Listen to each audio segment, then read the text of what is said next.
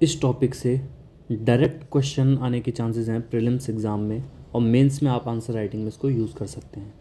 ठीक है, आपने अगर कभी भी गवर्नमेंट बजट पढ़ा होगा तो उसमें कुछ शब्द सुनेंगे आपने, जैसे राजकोषीय घाटा, राजस्व घाटा, प्राथमिक घाटा, इस टाइप के आपने काफ़ी सारे शब्द सुने होंगे। तो अगर आपको इनको लेके कुछ भी कन्फ्यूज़न है तो इस वीडियो को पूरा देखें लास्ट तक। ठीक है, और लास्ट में हम पढ़ने वाले हैं इसमें एक बहुत इम्पॉर्टेंट एक्ट जो कि सुर्खियों में रहता है कुछ कुछ टाइम में। उसका नाम है FRBM एक्ट 2003, जो कि आया था आपका क्यों, ये जो सरकारी घाटे होते हैं ना इतने सारे अलग अलग टाइप के, उन सबको मैनेज करने के लिए एक FRBM एक्ट आया था। तो लास्ट में हम उसके बारे में पढ़ने वाले डिटेल से। तो शुरू करते हैं इस वीडियो को। Hello everyone, this is Himanshu Antwal और आज हम पढ़ने वाले हैं इस वीडियो में सरकारी घाटे। पूरी वीडियो में हम हिंदी लैंग्वेज का यूज़ करने वाले हैं। ठीक है, तो शुरू करते हैं, वन बाय वन देखेंगे। सबसे पहले आता है आपके पास राजस्व घाटा। राजस्व घाटा आप नोट्स मेरे साथ में बना सकते हैं या फिर आप लास्ट में डायरेक्टली टेलीग्राम चैनल से इस पूरे PDF को डाउनलोड कर सकते हैं। राजस्व घाटा इसको बोलते हैं इंग्लिश में रेवेन्यू डेफिसिट। रेवेन्यू डेफिसिट क्या मतलब है इसका? जब आपका राजस्व व्यय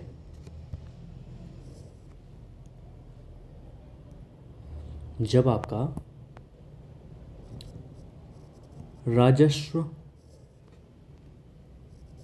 व्यय, ये सारी शब्दावलियां हमने लास्ट वीडियो में पढ़ा था कि राजस्व व्यय, राजकोषीय, कैपिटल एक्सपेंडिचर, तो ये सारी चीज़ें हमने लास्ट वीडियो में पढ़ा था। अगर आपको इन शब्दों को लेके कुछ कन्फ्यूज़न है तो आप प्लीज़ उस लास्ट वीडियो को देखना, जिसमें हमने गवर्नमेंट के खर्चे, कहाँ से आता है पैसा, कहाँ जाता है, इस सब को पढ़ा था डिटेल में। ठीक है, तो जब आपका राजस्व व्यय यानी कि रेवेन्यू एक्सपेंडिचर ज़्यादा होता है राजस्व प्राप्तियों से,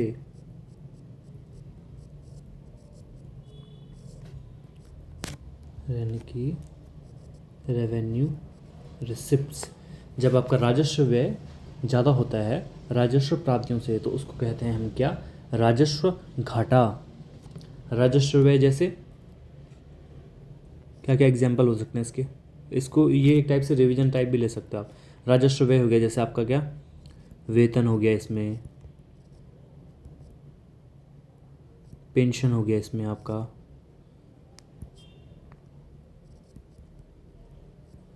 और इंटरेस्ट पेमेंट करती है जब गवर्नमेंट।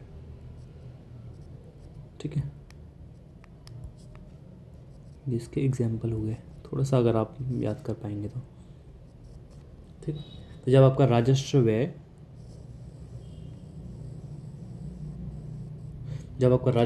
ज़्यादा हो जाता है राजस्व प्राप्तियों से तो उसको हम कहते हैं क्या? राजस्व घाटा। ठीक है, एग्जाम्पल ज़रूरत है देखने की, चलो देखते हैं इसका एग्जाम्पल। अगर आपकी राजस्व प्राप्तियाँ, पिछले वीडियो में हमने देखा था कि राजस्व प्राप्तियाँ कहाँ कहाँ से आती हैं, कहाँ कहाँ से पॉसिबल है। तो राजस्व प्राप्तियाँ अगर आपकी टोटल हैं 60 लाख करोड़, 60 लाख करोड़ अगर आपकी राजस्व प्राप्तियां हैं, और राजस्व व्यय यानी कि वेतन, पेंशन, इंटरेस्ट, इन सब चीज़ों का आपका जो व्यय है वो है 75 लाख करोड़, तो आपका राजस्व घाटा हो जाएगा कितना? 75 minus 60 that is equals to 15 lakh crore. 15 lakh crore का आपका क्या राजस्व घाटा हो जाएगा। ठीक है, अब अगर राजस्व घाटा आ रहा है आपका तो इसका मीनिंग क्या है? मतलब क्वेश्चन आपके पास ऐसा आ सकता है कि इस घाटे का क्या मीनिंग है, या फिर चलो अभी मैं आपको मीनिंग बताता हूँ, उसके बाद क्वेश्चन इसका देख सकते हैं कैसे आ सकता है। इसका जो मीनिंग है कि सरकार अपनी नियमित आय से दैनिक खर्च नहीं चला पा रही। ठीक है, अब क्वेश्चन कैसे आ सकता है आपके पास कि निम्नलिखित घाटों में से कौन से घाटे को दैनिक खर्चे को मापने हेतु देखा जाता है। ठीक है, दैनिक खर्चा मतलब अब जैसे पेंशन है, हर मंथ जाएगी, सैलरीज आनी है हर मंथ जाएगा, इंटरेस्ट पेमेंट होता है वो भी हर मंथ, तो ये एक दैनिक खर्चे हैं।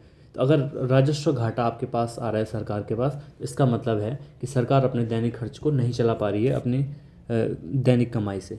ठीक है, नेक्स्ट देखते हैं। प्रभावी राजस्व घाटा। प्रभावी राजस्व घाटा, इफेक्टिव रेवेन्यू डेफिसिट। क्या होता है इससे?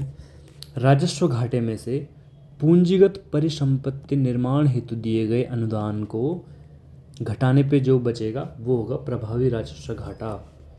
यानी कि इसको लिखेंगे राजस्व घाटा, इसमें से अगर हम माइनस कर देंगे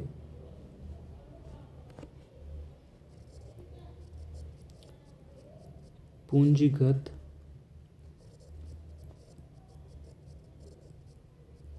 परिसंपत्ति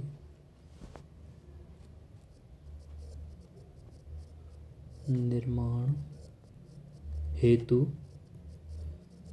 दिया गया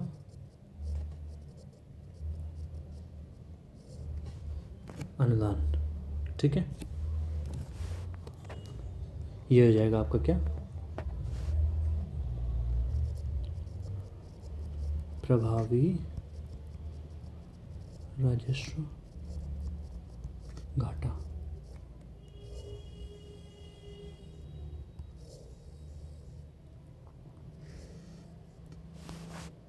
ठीक है, प्रभावी राजस्व घाटा कैसे निकलेगा? राजस्व घाटे में से पूंजीगत परिसंपत्ति के निर्माण के लिए जो गवर्नमेंट ने अनुदान मतलब दान, जिसको वापस नहीं करना होता है, लोन नहीं है, लोन अनुदान में फ़र्क होता है। ठीक है, पूंजीगत परिसंपत्ति निर्माण हेतु दिया गया अनुदान अगर हम राजस्व घाटा में से हटा देते हैं तो उसको बोलते हैं क्या, इफेक्टिव रेवेन्यू डेफिसिट।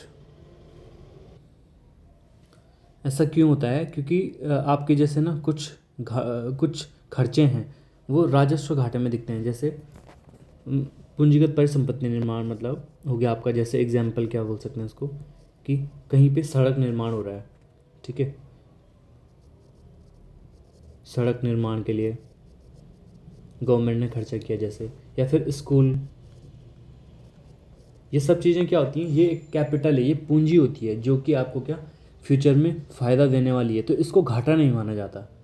ठीक है, ये खर्चा तो हुआ है पर ये घाटे के अंतर्गत नहीं आता, क्योंकि सड़क निर्माण होगा तो ट्रांसपोर्ट बढ़ेगा तो इकोनॉमी फास्ट होगी, स्कूल एजुकेशन बढ़ेगी तो ग्रोथ होगी फिर ऐसे में। ठीक है, तो जब हम राजस्व घाटा में से ऐसी चीज़ों को, यानी कि जो फ्यूचर में आपका पूंजी निर्माण करने वाली हैं, ठीक है, तो उस खर्चे को जब हम हटा देते हैं राजस्व घाटा में से, तो हमें मिलता है क्या, प्रभावी राजस्व घाटा।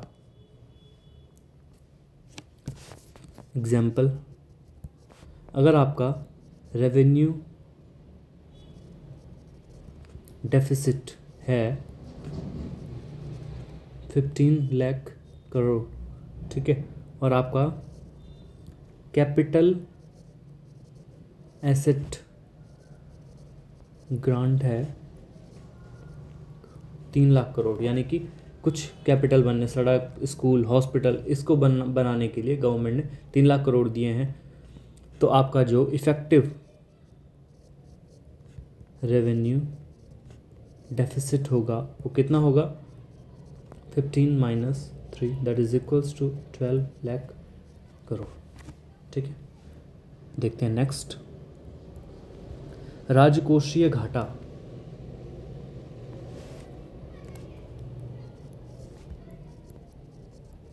राजकोषीय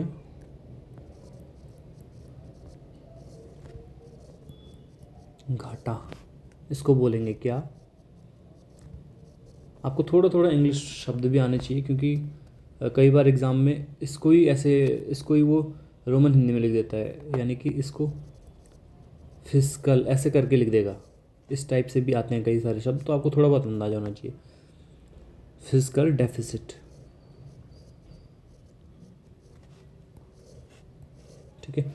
राजकोषीय घाटा क्या होता है? सरकार का कुल व्यय माइनस कुल प्राप्तियां बिना उधार के।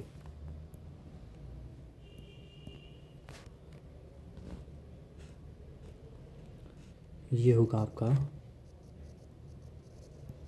सरकार का कुल व्यय माइनस कुल प्राप्तियां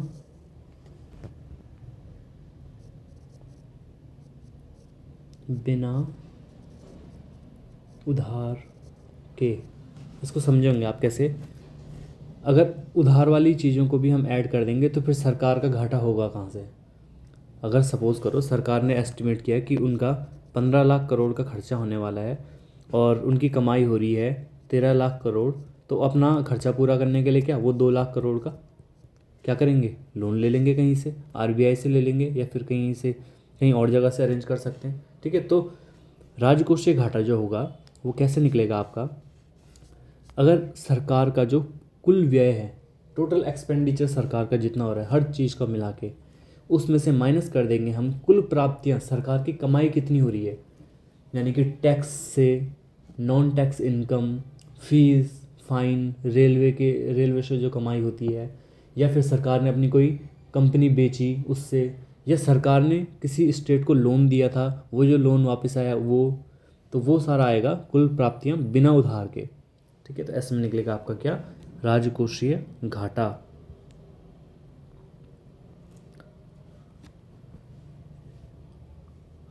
इससे क्या पता चलेगा? अब इससे डिसाइड होगा, अब जितना राजकोषीय घाटा आएगा ना उतना सरकार क्या है बाहर से उधार लेगी। तो इससे हमें क्या पता चलता है? ये आपका सरकार की कुल उधारी की आवश्यकता को दर्शाता है। सरकार की कुल उधारी की आवश्यकता को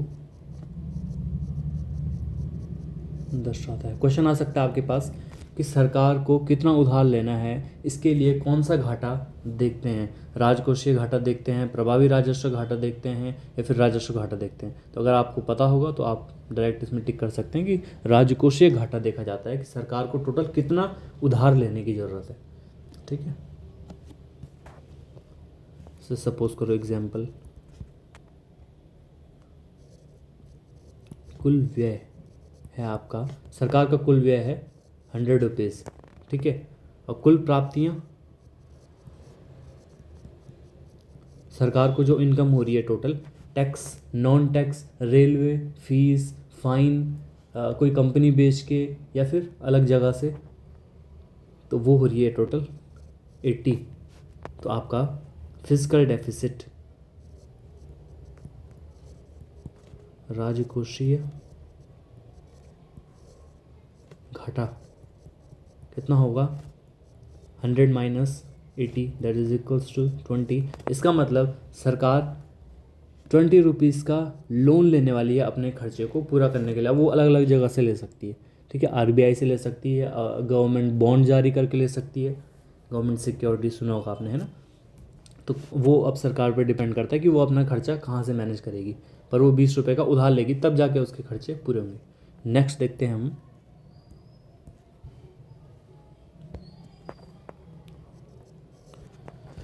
बजट घाटा।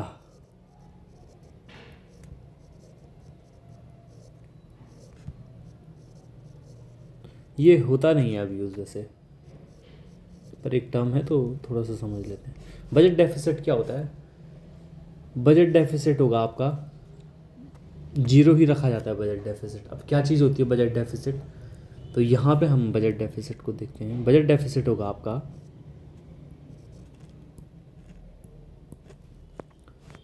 टोटल एक्सपेंडिचर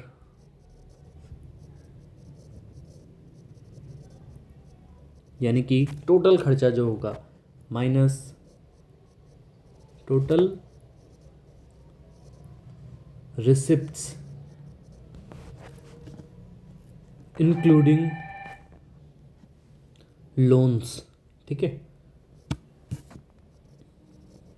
उधार सहित सरकार की जो टोटल आपके पास इनकम आती है, कहाँ से, रेल, फिर से वही सारी चीज़ें, fees, fine, rail, tax, non tax, और आपका कंपनियों के शेयर बेच के, प्राइवेटाइजेशन करके, और इसमें अब हम क्या, उधार जो लेती है सरकार आरबीआई से या फिर अलग अलग तरीक़ों से, उसको भी इंक्लूड कर देते हैं। तो टोटल आपको जो बजट घाटा आता है वो लगभग जीरो ही रखा जाता है वैसे। ठीक है, क्योंकि आप समझिए ना, टोटल एक्सपेंडिचर मतलब जितना खर्चा करना है, और आप समझिए कि ये लगभग राजकोषीय घाटे के जैसा ही है।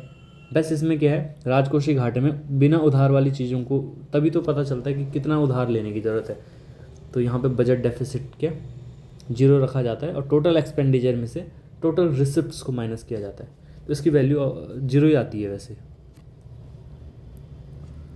ठीक है, इसीलिए अब यूज़ होता भी नहीं है, मतलब कुछ इफेक्टिव, आप सोच रहे होंगे कि जब जीरो ही रखना तो फिर किसका फ़ायदा क्या है, तो इसीलिए यूज़ होता भी नहीं है ये, मतलब पुराना कॉन्सेप्ट है, अब ये यूज़ में नहीं है। नेक्स्ट देखते हैं, ये इम्पोर्टेंट है,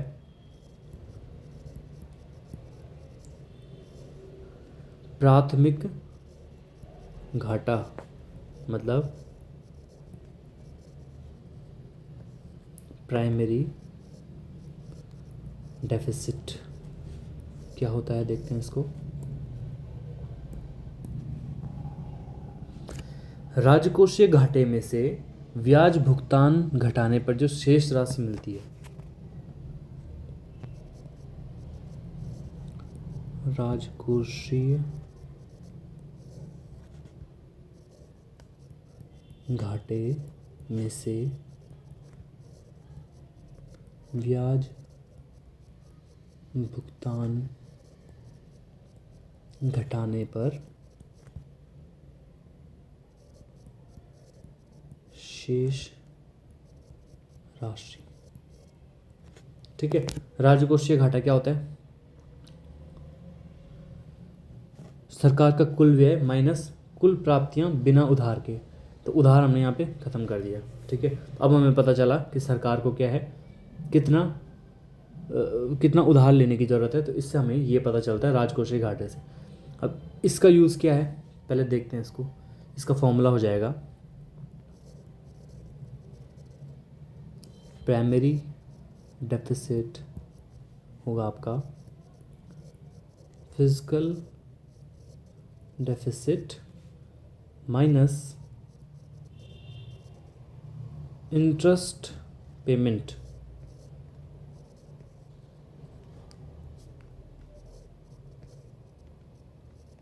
देखो क्या होता है कि जो इंटरेस्ट पेमेंट होती है ना, वो तो सरकार को पहले से ही पता होती है।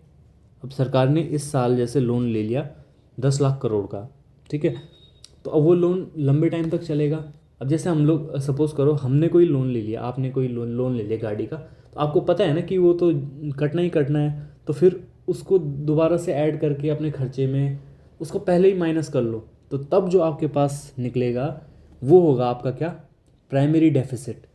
ठीक है, जो मतलब इंटरेस्ट पेमेंट है, क्योंकि वो तो श्योर चीज़ें हैं, वो तो कंफर्म है कि होना ही होना है, तो उसको फिर ऐड करके ज़बरदस्ती मतलब वो एक बड़ा नंबर आएगा, क्योंकि है ना, इंटरेस्ट पेमेंट तो जानी है आपकी, तो फिर उसको ज़बरदस्ती ऐड करके ये क्या और कॉम्प्लिकेटेड होगा, तो इसलिए उसको पहले हटा देते हैं, तब जो आएगा वो प्राइमरी डेफिसिट होगा। सपोज़ करो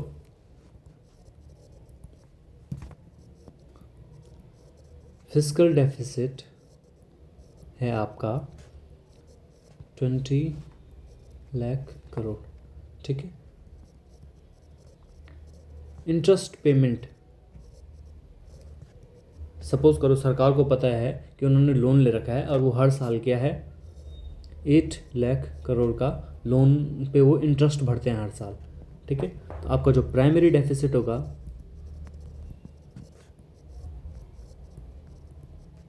वो होगा क्या, 20, यानी कि fiscal deficit minus interest payment 8 equals to 12 lakh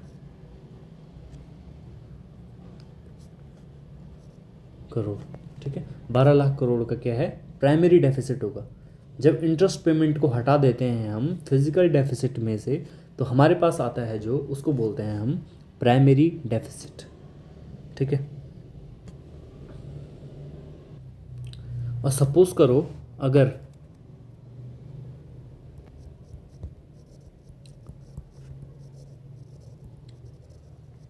primary deficit यानी कि प्राथमिक घाटा जो है उसकी वैल्यू 0 है, तो इसका क्या मीनिंग होगा, इसका मीनिंग होगा कि अगर प्राइमरी घाटा 0 है तो इसका मतलब सरकार क्या है, पुराने कर्ज का ब्याज चुका रही है बस, बाकी सरकार के पास कोई उधारी नहीं है, ठीक है।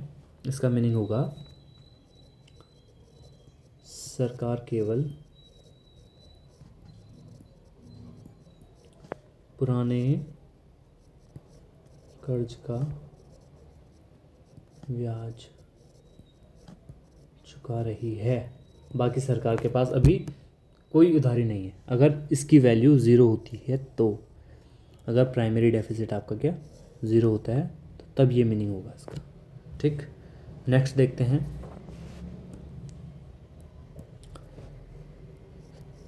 Public sector borrowing requirement.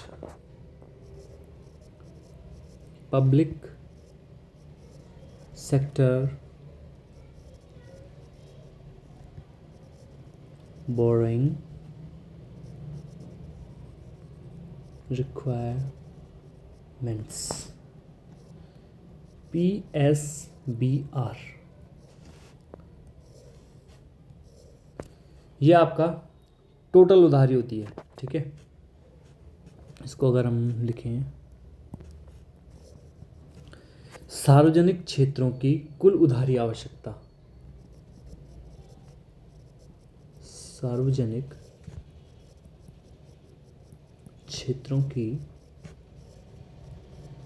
कुल उधारी आवश्यकता। सार्वजनिक क्षेत्र मतलब क्या, कौन कौन आता है सार्वजनिक क्षेत्र में, जैसे केंद्र सरकार, राज्य सरकार और सार्वजनिक उपक्रम,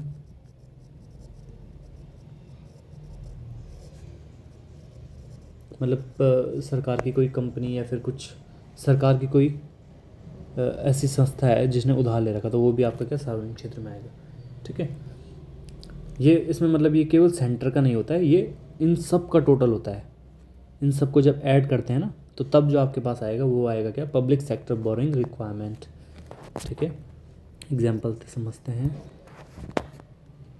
सपोज करो केंद्र का fiscal deficit,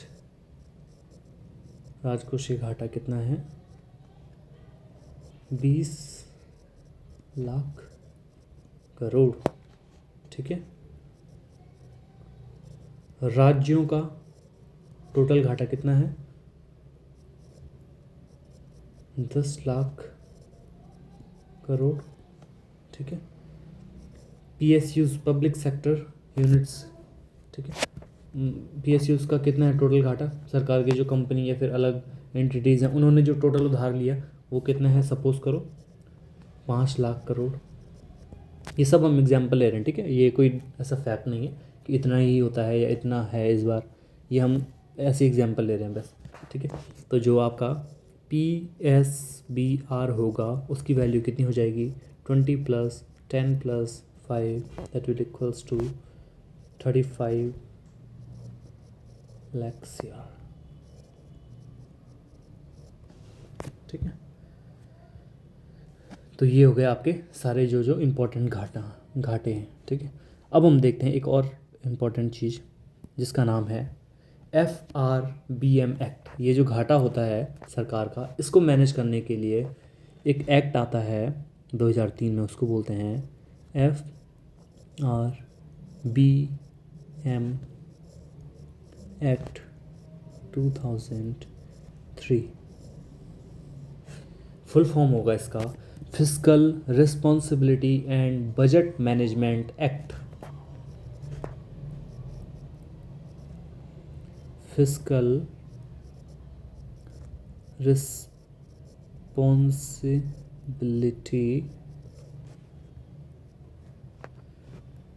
and budget management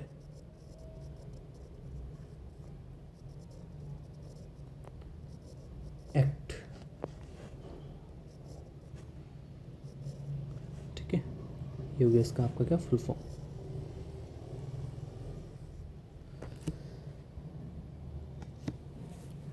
क्या है इसमें, इसके प्रावधान देखते हैं जरा। ये जो एक्ट है ये क्या बोलता है कि जो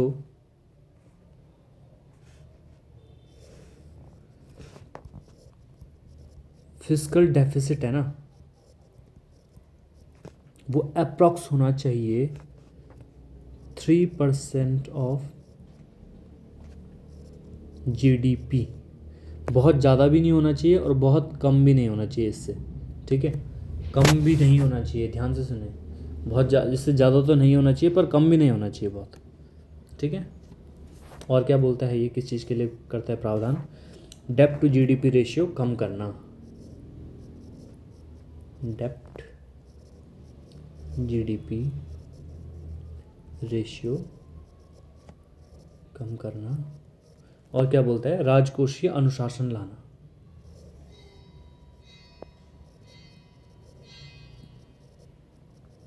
ये बहुत बार न्यूज़ में भी रहता है और इम्पॉर्टेंट है ये एक्ट, डायरेक्ट क्वेश्चन आ सकता है इससे। जैसे ये लिमिट पूछ सकता है कि कितनी लिमिट है उसमें रखी हुई, राजकोषीय अनुशासन लाना। ठीक है,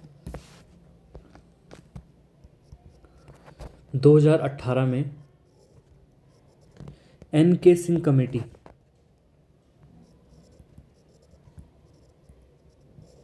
NK सिंह कमेटी के आधार पर संशोधन हुआ,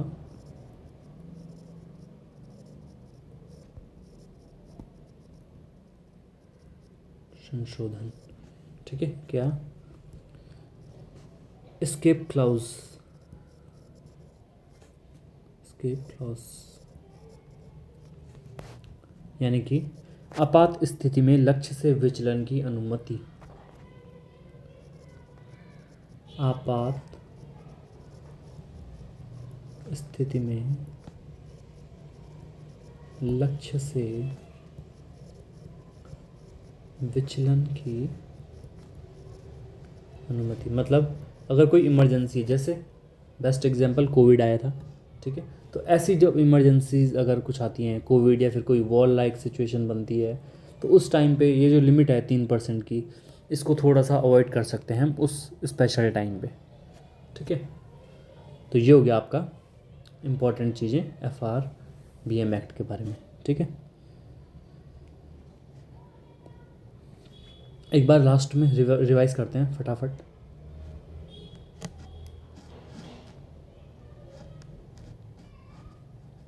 देखो, सरकारी घाटे, राजस्व घाटा होता है आपका, राजस्व घाटा जब राजस्व व्यय जब आपका राजस्व प्राप्तियों से अधिक हो जाता है तो उसको बोलते हैं राजस्व घाटा। सरकार अपनी दैनिक खर्चे को चला रही है, कैसे चला रही है इसका पता हमें किससे चलता है, राजस्व घाटे से। ठीक है, नेक्स्ट होता है प्रभावी राजस्व घाटा, जब आपका राजस्व घाटा में से पूंजीगत परिसंपत्ति निर्माण हेतु दिया गया अनुदान इसको माइनस कर देते हैं तो तब निकलता है हमारा प्रभावी राजस्व घाटा। राजकोषीय घाटा, सरकार का कुल व्यय जो है उसमें से कुल प्राप्तियां बिना उधार के, उधार वाली प्राप्तियां नहीं, कुल प्राप्तियों को जब माइनस कर देते हैं तो मिलता है क्या, राजकोषीय घाटा। फिजिकल डेफिसिट, बजट घाटा, टोटल एक्सपेंडिचर में से टोटल रिसिप्ट यानी कि उधार सहित जितनी टोटल प्राप्तियां हैं उसको माइनस कर देते हैं तो मिलता है क्या, बजट घाटा। प्राथमिक घाटा राजकोषीय घाटे में से ब्याज भुगतान घटाने पर जो शेष राशि मिलेगी उसको बोलेंगे प्राथमिक घाटा। ठीक है, प्राथमिक घाटा अगर आपका 0 है तो इसका मतलब है कि सरकार केवल पुराना जो कर्ज लिया है उस पर ब्याज का भुगतान कर रही है, बाकी सरकार का कोई घाटा भी नहीं है।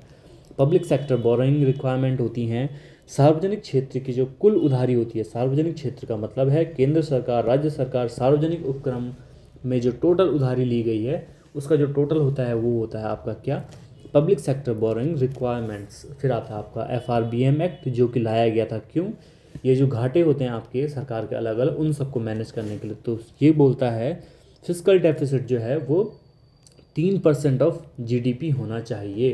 3% ऑफ GDP के अप्रॉक्स, मतलब थोड़ा बहुत ऊपर नीचे होगा तो चलेगा, पर थोड़ा बहुत ऊपर नीचे के साथ 3% के लगभग होना चाहिए। GDP टू डेप्ट GDP रेशियो आपका क्या, कम होना चाहिए। राजकोषीय अनुशासन लाने की ये बात करता है। 2018 में NK सिंह कमेटी के आधार पर संशोधन हुआ और एस्केप क्लॉज का एक प्रावधान दिया गया, यानी कि आपात की जो स्थिति होगी जैसे कोविड या फिर कोई वॉर लाइक सिचुएशन होती है अगर, तो विचलन की अनुमति है। मतलब ये जो 3% की हमने लिमिट तय की है, इमरजेंसी के टाइम पे इससे ऊपर नीचे जा सकता है, तो उस टाइम पे ये अलाउड करता है। ठीक है, तो आज के लिए इतने ही रखते हैं। आप इसका फुल PDF टेलीग्राम चैनल से ज्वाइन कर सकते हैं। अगर आपको इसमें कोई सा भी शब्द समझ नहीं आए तो आप मुझे कमेंट में बताएं, और इसके लास्ट वाली वीडियो जो हमने इससे पहले वाली वीडियो डाली थी उसको ज़रूर देखें। आपको ये अगर ये शब्द समझ में नहीं आया जैसे फिस्कल डेफिसिट और ये आपका अलग अलग शब्द इसमें यूज़ हुए, अगर आपको वो समझ में नहीं आया तो आप लास्ट वीडियो को ज़रूर देखें। ठीक है, तो आज के लिए इतने रखते हैं। थैंक यू सो मच, मिलते हैं फिर नेक्स्ट किसी ऐसे इंपॉर्टेंट वीडियो में।